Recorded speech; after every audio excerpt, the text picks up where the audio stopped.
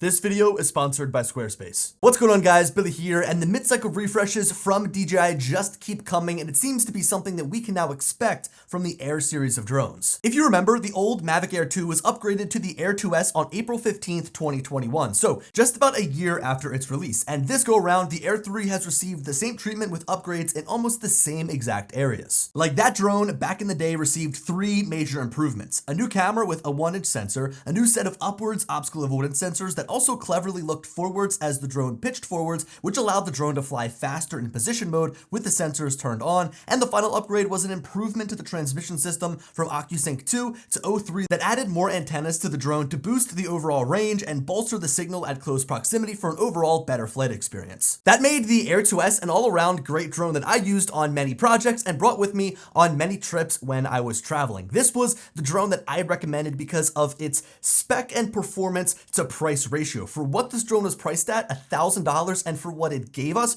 was really impressive. In fact, the Air 2S went toe-to-toe with the Mavic 2 Pro at the time, as the camera hardware was similar amongst these two drones, but the Air 2S actually had better specs. It could shoot 4K video at 60 frames per second and could shoot a higher resolution video at 5.4K. People also preferred the Air 2S because of its portable form factor, as well as the new obstacle avoidance sensors and the improved image transmission, making the mid-tier drone at the time better than DJI's professional level folding drone. Now, as if we were in the Twilight Zone, we're now reliving this same scenario as the Air 3S improves upon the Air 3 in 3 major ways: a new main camera with a 1-inch sensor, a new set of obstacle avoidance sensors with a new forward-facing LiDAR sensor, and the speed has been improved with a greater maximum pitch angle. And hey, guess what? The same is now true with DJI's mid-tier drone, the new Air 3S. It's going toe-to-toe with the Mavic 3 Pro, but actually introduces a couple of improvements, making it an all-around great drone that is half the price of the Mavic 3 Pro. So I guess what I'm trying to get at here is that the release of the Air 3S is almost identical to the release of the Air 2S. If you saw my last video, I spent 29 minutes sitting there talking about all of the differences between the Air 3S and the Mavic 3 Pro in depth, with more than half of that time breaking down the difference in the camera. Comparing those two drones took so long because literally everything is different. The camera, the drone, the software, the remotes, overall there is just a lot to unpack. The comparison of the Air 3S and the Air 3, however, is going to be much more quick, as there are pretty much 3 main areas that we saw improved. Now let's just rip the band-aid off. If you owned the Air 3, should you upgrade to the Air 3S? My answer, in short, would be a pretty hard no, as these drones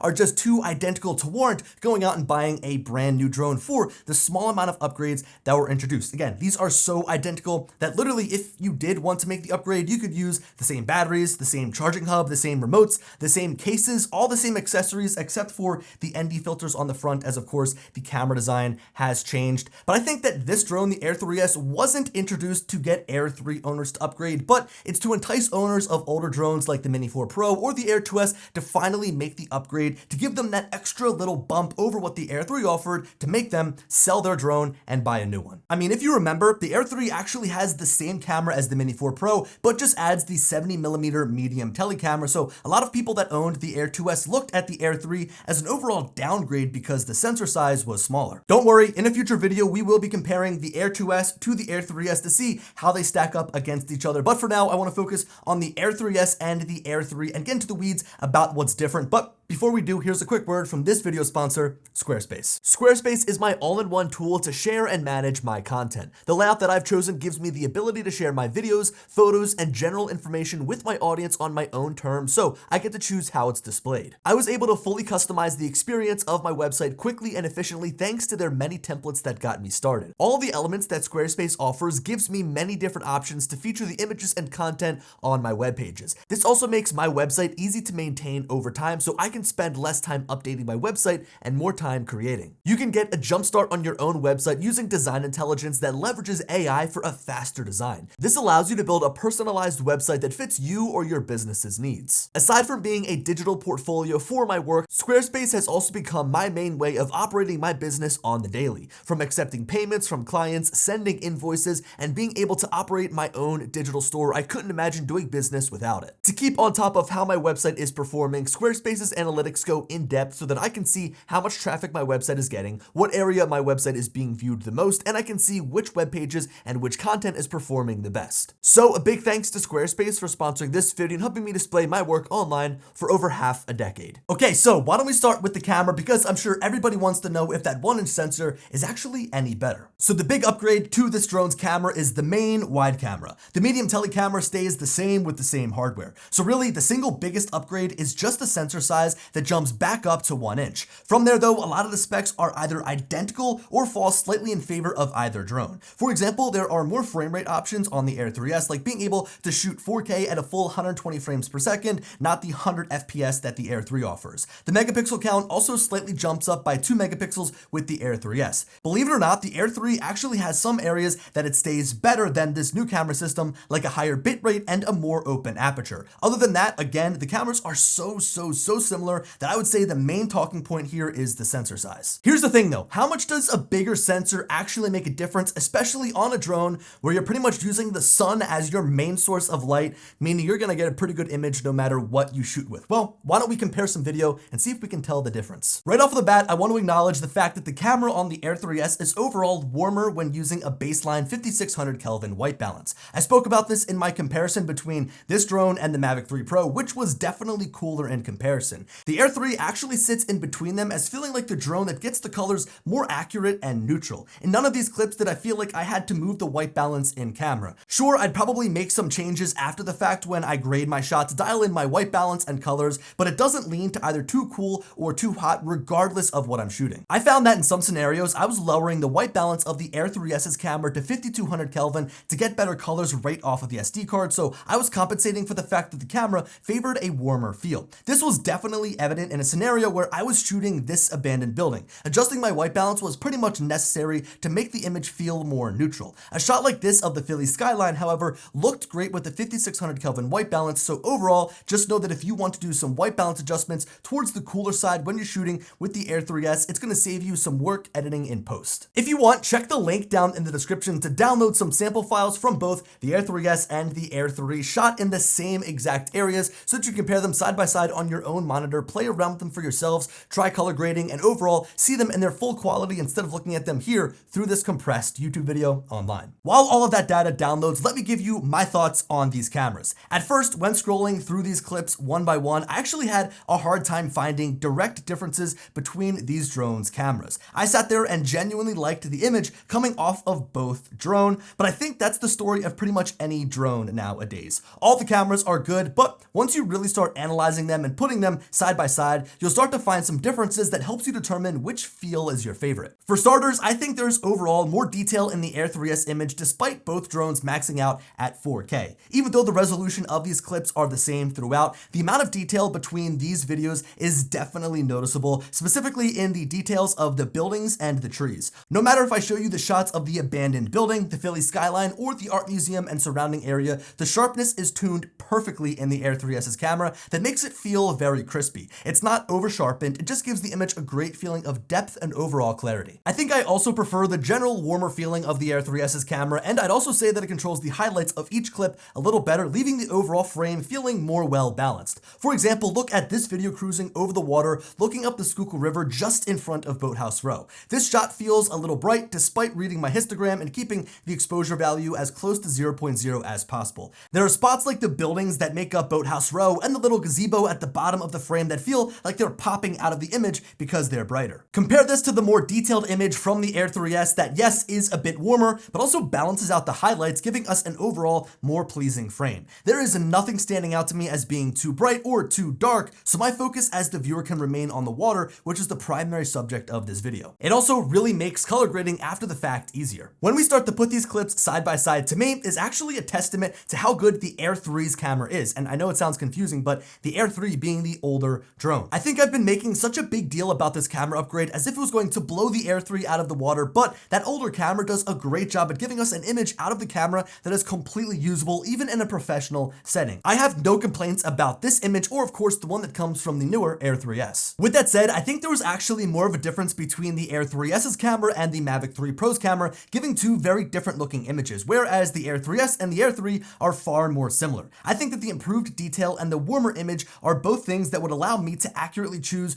which camera is which in a blind comparison. So I do think that the Air 3s's camera does stand out, but it's not for being way better than the Air 3. It's just because of the specific characteristics that the image coming out of the camera has. To further back up my findings, I think the same changes are translated to the 70mm medium tele camera, as the video from the Air 3s feels more well balanced from an exposure standpoint and tends to be slightly on the warmer side. Because the hardware is the same though, I think the overall image quality and detail is pretty much identical. Now, as if I was on the hunt to try and find a massive difference in image quality between these two cameras, I tried shooting part of the city skyline that was in shadow at the time to really push the limits of the dynamic range, and I have to say that I've got a hard time figuring out which image is best. I'm not only saying this because it's newer, but I truly feel like the Air 3s gets just the slightest edge with more detail in the shadow part of the buildings, and of course the detail in the trees makes it easier to see that there are multiple layers instead of kind of looking like one big blob. The dynamic range is really damn good on both of these cameras though. So if it's not just one big marketing statement from DJI saying, hey, we finally have the 1-inch sensor in our Air 3 line of drones, what could that new sensor be good for? Could it be better for low light shooting? To answer that right off the bat, I think the Air 3s is actually one of the most disappointing drones when it comes to low light shooting. There's a reason why, and it's going to involve a pretty technical answer that I'll get to, but to briefly give you my thoughts on the image, the highly detailed frame of the Air 3s during the day starts to fall apart at night, leaving an image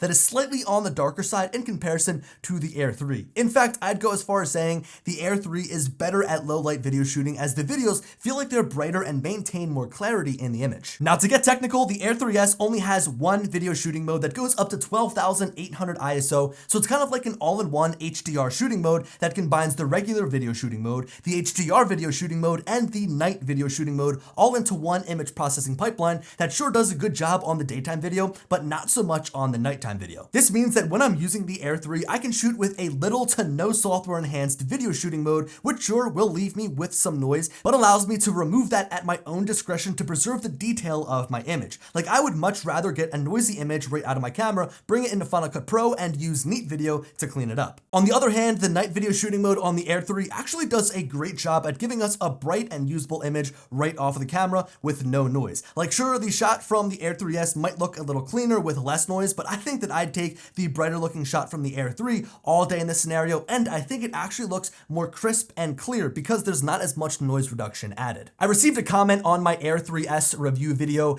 saying that out of all of the YouTubers, which I hate that word, but out of all the people reviewing the Air 3s, I was the only one that had an issue with low light video shooting. And I think that it's pretty much evident in the examples that I share. It clearly looks worse than the other drones I've compared it to, like the Mavic 3 Pro, which is the low light king.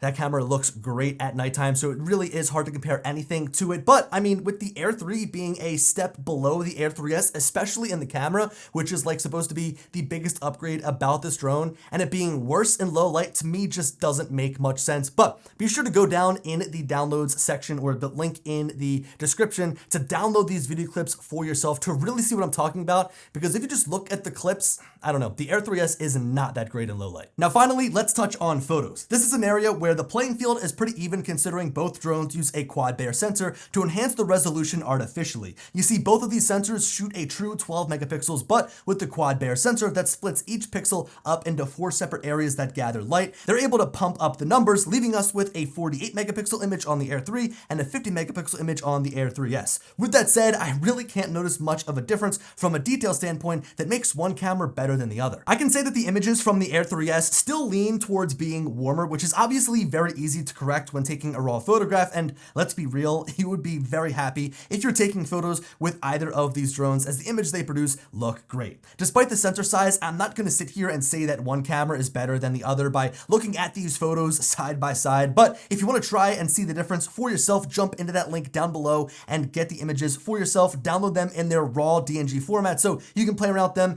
and edit them. And I mean, really, comparing photos from drones is kind of tough now when you have such a high quality DNG image coming from both of them, and including all of the masking and different editing tools available in Lightroom now, you can really alter and change these images to look exactly how you want them. So I think that this big push forward that the Air 3s is trying to make in terms of image quality, with DJI trying to put the biggest sensor they can on the Air 3s while still maintaining the flight performance of their mid-tier airframe, I just don't think it's that much of a bump over the Air 3 to warrant an upgrade. Now, I've already made it clear, I don't think the Air 3S was released to try and entice Air 3 owners to make the upgrade. I think they're going after people with older, inferior drones like the Mini 4 Pro or the Air 2S that wanted just a little bit more out of the Air 3 to finally make that jump and to finally upgrade. And I think the Air 3S gives it with the 1-inch sensor. But this kind of brings me down a tangent of image quality to where I don't think it's really the deciding factor about which drone is best anymore. Like, look at all the drones released within the last 4 years. The Mini 3 Pro, the Mini 4 Pro, the Air 2S, the Mavic 3 Pro, the Mavic 3 Classic, the Air 3, the Air 3S.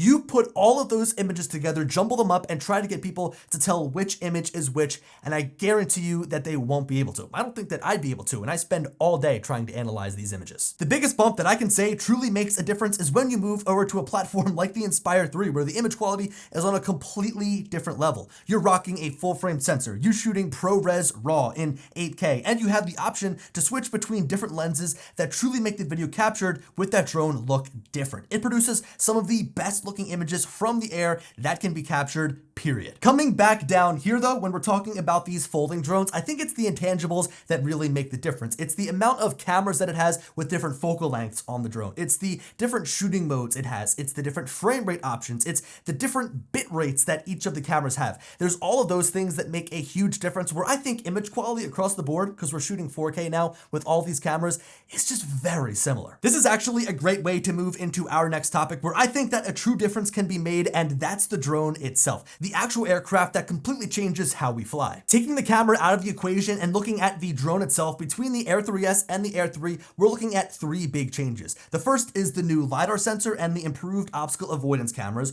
We've also got the new top speed, so the drone is faster, and there's also a new suite of software features that just make the drone overall more smart. So how about we start with the elephant in the room, which is this big LiDAR sensor on the front of the drone. I won't lie, I haven't seen a huge difference in my everyday flying with this addition. I can understand the benefits that come from using LiDAR to help the drone see obstacles that the vision cameras otherwise wouldn't be able to see, like a wall of a building with no contrast that might have some light beaming down right on it. If there isn't a window or a tree or something that can help the vision cameras identify what is different, it might have a hard time seeing that area and might not come to a stop and might crash right into the wall if you aren't careful. I think what really bums me out is that there isn't a settings section within the menu to change some of the different LiDAR settings. Like, I feel like the LiDAR sensor was added, it's kind of incognito, and there's no actual evidence that it's working within the application. Like, maybe you could toggle it on and off. Maybe you could choose its maximum or minimum sensing distance. Maybe you could see within the actual app in the top right corner on the little omnidirectional obstacle avoidance icon that, hey, the obstacle avoidance in the front, the LiDAR sensor is turned on and working. It doesn't even display on the radar around the actual drone when you can see what's in different directions in the middle of the live view. There's really just no indication the LiDAR is even there or working. I also would have really liked if it improved the active track experience in trying to spot smaller objects like tree branches, but as we saw in my full active track flight, it just totally ran into a tree that was right in front of the LiDAR sensor. Didn't see it at all. To me, the jury is still out on how this sensor actually helps my day-to-day flying. Like, when I put the drone up in the air, I legitimately forget about it and don't even remember that the LiDAR sensor is there and actively helping me avoid obstacles. I mean, really, when are you ever in a scenario where the actual sensors can't detect an obstacle?